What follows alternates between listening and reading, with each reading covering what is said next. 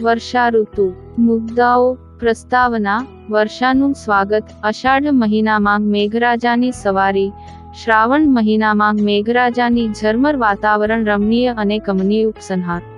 એક સોહામણી સાંજે મેઘરાજા ગુજરાત પર મન મૂકીને વરસ્યા એ સાંજે મેઘરાજાએ પ્રજાને પોતાના જળબંબાકાર રૂપનું અનોખું દર્શન કરાવ્યું સૂરજના આકરા તાપથી ભૂમિ અને ભૂમિવાસીઓ ત્રસ્ત થઈ ગયા હતા ત્યાં અચાનક આકાશ વાદળોથી ઘનઘોર છવાઈ ગયું વીજળીના કડાકા અને વાદળોના ગડગડાટ સાથે વરસાદ તૂટી પડ્યો વરસાદમાં નદી કિનારે ફરવા નીકળેલા કોલેજના વિદ્યાર્થીઓ પર વીજળી જોરથી કડાકા સાથે પડી અને એક વિદ્યાર્થિનીનું પ્રાણપંખેરું ઉડી ગયું બીજાને ઘાયલ કરી દીધા જોતજોતામાં મેઘરાજાનું એકચક્રી શાસન શરૂ થયું નાની મોટી ગાડીઓ પાણીમાં નાવ બનીને તરવા લાગી મોટાંગ તોતિંગ ઝાડ તૂટ્યાં રસ્તાઓ પર જાણે કાચો પુલ તૈયાર થઈ ગયો પવનના વેગીલા સુસવાટા આગળ છત્રી રેઇનકોટ કે શણની ગુણીનું શું ગજું ખેતરેથી ઘેર પાછા ફરતા ખેડૂતોની ગુણી માથા પરથી ક્યાંય દૂર ફેંકાઈ ગઈ અને ખેડૂતોને પાણીથી તરબોળ કરી દીધા શાળાએથી પાછાં ફરતાં બાળકોને તો એ વરસતા વરસાદમાં નહાવાની મજા આવતી હતી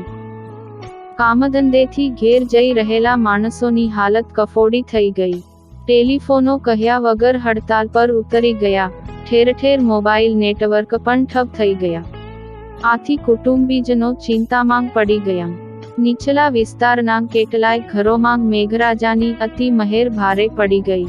તેમના ઘર પાણીમાં તરવા લાગ્યા ફૂટપાથ પર રહેતા બિચારા ગરીબોની તો એકદમ બુરી હાલત હતી પણ આ વખતે સૌથી વધુ ફાયદો હોટલોવાળાને અને સ્ટેશન પરના સ્ટોલવાળાને થયો રસ્તા પર અટવાઈ ગયેલાઓએ હોટલમાં જઈને પેટની ભૂખ સંતોષી તો સ્ટેશન પરના સ્ટોલવાળાને ત્યાં પ્રવાસીઓની ભીડ જામી આષાઢી સાંજના અંબર ગાજે મેઘાડંબર ગાજે આષાઢી મેઘરાજાનું આવું તોફાની અને ભયાનક રૂપ માનવીને કેવાં હેરાન પરેશાન કરી મૂકે છે તે નજરોનજર જોવા મળ્યું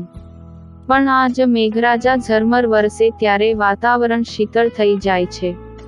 શ્રાવણ મહિનામાં ધીમે ધીમે કુસુમરજ લઈ ડોલતો વાયુ ની જેમ મેઘરાજાને ઝરમર વરસતા જોઈને કવિ રાજેન્દ્ર શાહની પંક્તિઓ યાદ આવી જાય છે આ શ્રાવણ નિતય સરવડે કોઈ ઝીલોજી પેલાંગ રેલી ચાલ્યાંગ રૂપ કોઈ ઝીલોજી વીણાના તારની જેમ રણઝણતો વરસાદ મંદમંદ વહેતા પવનની સાથે વાતાવરણમાં ફેલાતી માટીની સુગંધ વરસાદમાં નહાતાં બાળકોની કિલકિલાટ ઝીણા ઝરમર વરસે મેં ભીંજે મારી ચૂંદલડી એવું ગાતી નવયૌવનાના ખુશખુશાલ ચહેરાઓ ગાયોની કોટે બાંધેલી ઘંટીઓના મધુર અને કર્ણપ્રિય રણકાર વગેરેથી વર્ષની શ્રાવણી સાંજ અતિ રમણીય અને કમનીય લાગે છે।